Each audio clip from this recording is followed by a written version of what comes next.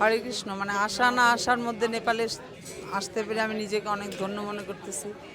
তো আসলে এই দুর্লভ দর্শন আমরা একা আসলে বা যে কোনো কোথাও গেলে ভক্তর সঙ্গে সব কিছু মিলিয়ে মানে এত জায়গা মানে এই চক্ষুকে এবং ভগবানের এবং মানে শিবজির এত জায়গা দর্শন করে নিজেকে অনেক ধন্য মনে করতেছি। তো প্রভুদের সঙ্গে না আসলে হয়তো এগুলো আমাদের হয়তো না।